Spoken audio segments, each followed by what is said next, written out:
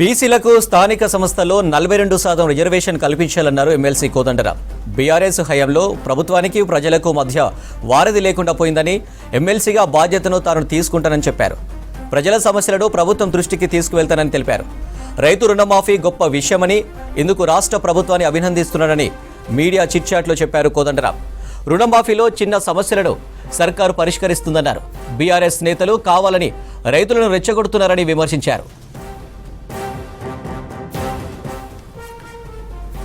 కేటీఆర్ 10 ఏళ్లు మున్సిపల్ శాఖ మంత్రిగా ఉండి ఏం చేశాడని ప్రశ్నించారు కోదండరాం.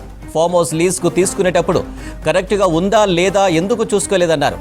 కేటీఆర్ చెప్పే నీతి సూత్రాలు ప్రజలు వినే స్థితిలో లేరన్నారు. తెలంగాణను సర్వనాశనం చేసింది బీఆర్ఎస్ సర్కారేనని ఆరోపించారు కోదండరాం. తెలంగాణ తల్లి విగ్రహాన్ని ప్రభుత్వం పెడుతుందని చెప్పారు.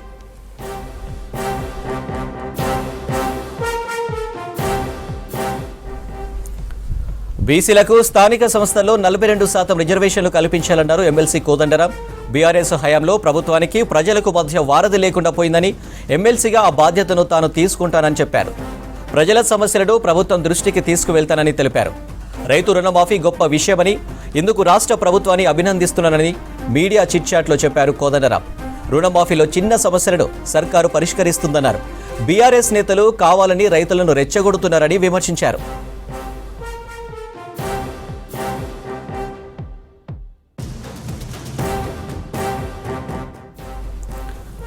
కేటీఆర్ 10 ఏళ్లు మున్సిపల్ శాఖ మంత్రిగా ఉండి ఏం చేశాడని ప్రశ్నించారు కోదండరాం. ఫామ్ హౌస్ లీజ్కు తీసుకునేటప్పుడు కరెక్ట్గా ఉందా లేదా ఎందుకు చూసుకోలేదన్నారు.